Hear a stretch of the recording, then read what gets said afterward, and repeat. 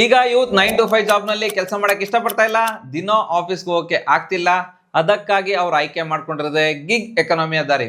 ಈ gig economy ಅಂದ್ರೆ ಏನು? ಯಾರು ಸ್ವಿಗ್ಗಿ ಝೊಮ್ಯಾಟೊ ಆರ್ಡರ್ನ ತಗೊಂಡು ಡೆಲಿವರಿ ಮಾಡ್ತಾ ಇದ್ದಾರೋ, ಯಾರು ಓಲಾ ಊಬರ್ ನಲ್ಲಿ ನಿಮ್ಮನ್ನ ಕರ್ಕೊಂಡು ಹೋಗ್ತಾ ಇದ್ದಾರೋ, ಯಾರು ಅಮೆಝಾನ್ ಫ್ಲಿಪ್ಕಾರ್ಟ್ ಗೂಡ್ಸ್ ಅಲ್ಲಿ ನಿಮ್ಮನೆಗೆ ತರ್ತಾ ಇದ್ದಾರೋ ಅವರೆಲ್ಲ ಗಿಗ್ ಎಕನಾಮಿ ವರ್ಕರ್ಸ್ ಅಂತ ಕರೀತಾರೆ. ಇವರು ತಮ್ಮ ಇಷ್ಟ ಬಂದಂಗೆ ಕೆಲಸ ಮಾಡ್ತಾರೆ. ಯಾವಾಗ ಮೊಬೈಲ್ ಓಪನ್ ಮಾಡ್ತಾರೋ ಅವಾಗ ಜಾಬ್ ಶುರು ಆಗುತ್ತೆ, ಯಾವಾಗ ಮೊಬೈಲ್ ಆಫ್ ಮಾಡ್ತಾರೋ ಅವಾಗ ಕೆಲಸ ಮುಗಿಯುತ್ತೆ. ಇಷ್ಟ ಬಂದ್ರೆ 12 ಗಂಟೆ ಕೆಲಸ ಮಾಡ್ತಾರೆ, ಇಲ್ಲ ಅಂದ್ರೆ 2 ಗಂಟೆ ಕೆಲಸ ಮಾಡ್ತಾರೆ. ಕೆಲವೊಮ್ಮೆ ದಿನದಲ್ಲಿ 12ರಿಂದ 4 ಗಂಟೆ ಮಲಗ್ತಾರೆ, ರಾತ್ರಿ 8 ಗಂಟೆಯಿಂದ 12 ಗಂಟೆ ತನಕ ಕೆಲಸ ಮಾಡ್ತಾರೆ. ಕೆಲವು ಸ್ಟೂಡೆಂಟ್ಸ್ ಓದ್ತಾ ಪಾರ್ಟ್ ಟೈಮ್ ಗಾಗಿ ಕೆಲಸ ಮಾಡ್ತಾರೆ, ಮತ್ತು ಯಾರೋ ಪ್ರೊಫೆಷನಲ್ ದಿನವಿಡೀ ಕೆಲಸ ಮುಗಿಸಿ ರಾತ್ರಿ ಎಕ್ಸ್ಟ್ರಾ ಇನ್ಕಮ್ ಗಾಗಿ ಕೆಲಸ ಮಾಡ್ತಾರೆ. ಯಾಕಂದ್ರೆ ಇ ಕಾಮರ್ಸ್ ಕೂಡ ಬೆಳೀತಾ ಇದೆ, ಮೊಬೈಲ್ ಜಾಸ್ತಿ ಆಗ್ತಾ ಇದೆ, ಇಂಟರ್ನೆಟ್ ಯೂಸ್ ಮಾಡೋರು ಜಾಸ್ತಿ ಇದ್ದಾರೆ, ಗಿಗ್ ಕೆಲಸ ಮಾಡುವ ಸ್ಟಾರ್ಟ್ಅಪ್ಸ್ ಕೂಡ ಬೆಳೀತಾ ಇದೆ.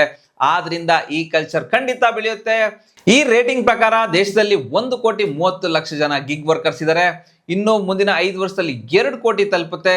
ಇದ್ರ ಬಗ್ಗೆ ನಿಮ್ಗೆ ಅನ್ಸುತ್ತೆ? ಈ ಗಿಗ್ ವರ್ಕಿಂಗ್ ನಲ್ಲಿ ಲಾಭ ಇದೆಯಾ ಅಥವಾ ನಷ್ಟ ಇದೆಯಾ? ಕಮೆಂಟ್ ಬಾಕ್ಸ್ ಅಲ್ಲಿ ತಿಳಿಸಿ.